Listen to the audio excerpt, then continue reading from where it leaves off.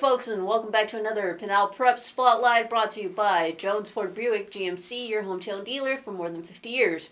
The winter season is starting to wrap up here, and for this week's Pinal Prep episode, we are kind of going to be previewing our 3A soccer teams as the play-in tournament begins on Thursday, and then depending on how things go, that will continue, although we do have one team that is not involved in this, and that is the ALA Ironwood boys soccer team. Looking at the rankings right now, they are number 4. They should hold on to that, and they get the bye in this play-in. But looking at the teams that will be, hopefully, fingers crossed, participating on Thursday, starting from the bottom up, we got to start with our only girls team, and that is Coolidge. They are currently sitting around number 15, number 16. If they hang on to this, they have one more game left to play. Then they should get a home game. David, what about these Bears? Well, the play-in game is really just the play-in round is really hard for some teams, I believe, just because it's one game defines your season, and every year teams want to go into the playoffs and everything. But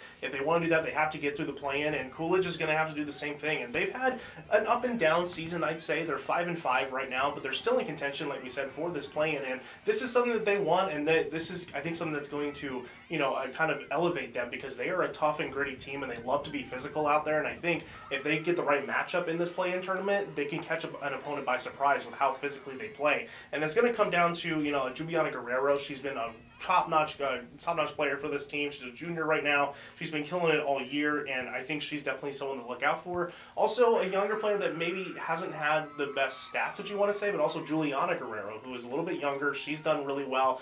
She did well in the previous tournament at the beginning of the season that they had at ALA Ironwood, so she's definitely someone to watch not only now, but for the future as well. But I think those two are definitely going to be ones to watch, and especially for Juliana. I mean, she scored 21 goals right now, so she's done a really impressive job of carrying this team and kind of being that anchor for this team, that it's able to kind of keep them honed in and win games. So it's just going to come down to really what kind of matchup they get in this game. They can either be very kind of get a little bit lucky in this sense if they can find a team that's doesn't really know too much about them and is able to kind of get them by surprise. But it'll just kind of come down to what happens in this play-in. But I think Coolidge definitely has a chance to win it and move on. It just depends on what kind of Coolidge team shows up in the play-in round.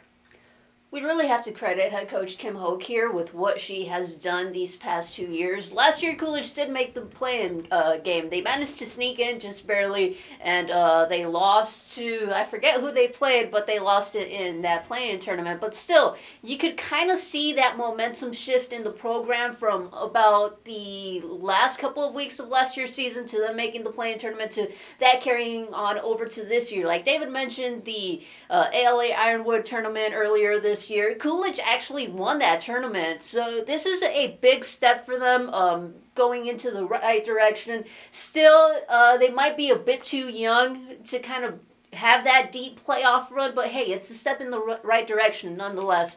Transitioning over to the boys' side, we have to start off with, again, Coolidge. They are kind of our bubble team right now, hanging out at number 25. Big game for them is their season finale Tuesday against Stanton Foothills, who is number 16. If Coolidge can get the win here, hey, they can sneak in, and who knows what can happen beyond that point. David, what about the boys' team here? Well, we're going to bring up Stanton Foothills in a little bit, but in this game, like you said, Coolidge has a chance to kind of sneak in there if they're able to get this upset, but that's a little bit easier said than done, because Foothills is a really tough team. Even though they're only going to be in the play-in and it looks like they're going to be secured in the play-in, they're still a really tough and solid team that they're going to have to look out for. So the odds are kind of stacked against Coolidge, but like with any other team that Coolidge puts on the field in any sport, they like the odds stacked against them. They know that no one's going to really give them a lot of attention, and they're okay with that because they like to prove people wrong. So they can definitely sneak up on a Foothills team that may be a little bit trying to coax a little bit before the playoffs and give themselves a little bit of rest, but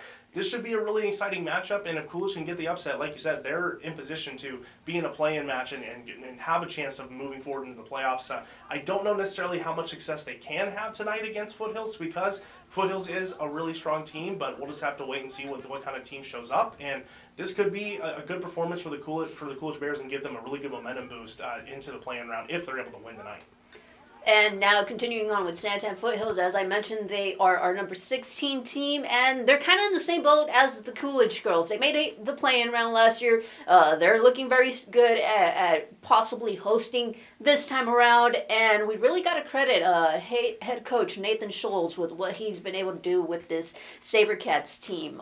David, have you had a chance to see them? I have not. Okay. So it was Joey who got to see them last year. Never mind. But still, looking at this Foothills team, David, what are we expecting from them? Well, even this is an interesting point for Foothills because this has kind of been a resurgence for every sport that they've had so far this year. Not just soccer, but football had a really impressive season this year. Basketball, the boys basketball team is doing really solid right now. And same thing with soccer. This team is really put together. And like you said, credit to the head coach for being able to kind of turn this around and bring this team to this point right now. And it starts with two guys right now. It's Dimitri Fitch and Gabe Silvas. Those two have been really the kind of 1-2 punch for this team. They are tied are first and second in goals scored for this team with Finch at 13 and Silvas at 12. So they're kind of the two go-to scorers for this team and are able to get the ball into the net. So it's going to come down to what this team can do with those two guys to kind of put them in positions to score and get points on the board. And it's also going to come down to what playoff matchup they become and what kind of pressure their opponent is going to put on those two to keep them from scoring, because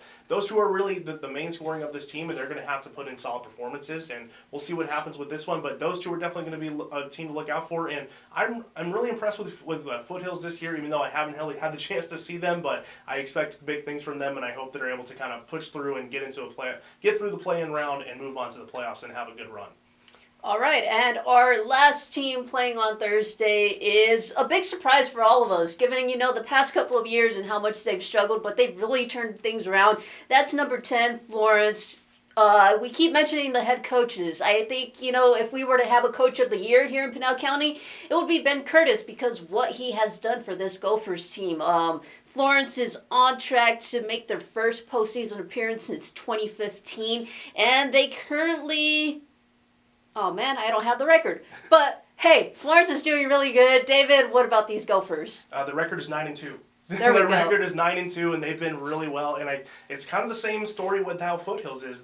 Florence has had really good performances throughout their other sports as well. Football again, basketball. They're one of the top two teams in Pinal County, and soccer is the same thing. And it comes down to a guy like Michael Molina, who has put this team on his back the entire year. He scored 25 goals alone in this entire season, so he has been killing it for this team, and he's just a menace out there. And he is able to make opponents miss, get close to the net, and score. And that's uber important for this team, especially when they're looking for guys to kind of take that leading role, and Molina has definitely done that so far. So just going to come down to what kind of, like with a lot of guys here, it comes down to what opponent they get and what their opponent does to kind of limit his scoring ability with Molina out there. So this Florence team is in a good position here. They're one of the top teams in the play-in that we have so far, and they're definitely going to be in a good position to not only host a play-in game, but also move forward in the playoff. I expect big things from them, and I think they can surprise a lot of people this year. I'm really high on the Florence Gophers right now.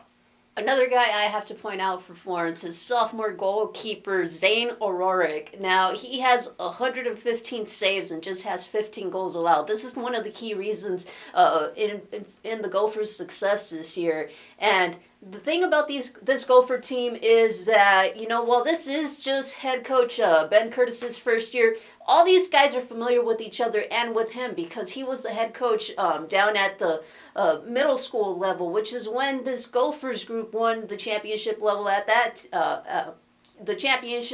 level. So hey, it's just a matter of time before everything comes together and they can win it at the high school level. And then, as we mentioned early on in the show, our top team is number 4, ALA Ironwood, and this is just an all-round team effort for Ironwood. You don't just see just one guy filling up the stats sheet, their leading goal scorer or anything. It's the full team effort, like I mentioned. And as I also mentioned before, they get the bye. They are not going to start their postseason run until next Tuesday, so we will definitely have to be on the lookout for this Warriors team and all these other teams to see how they do.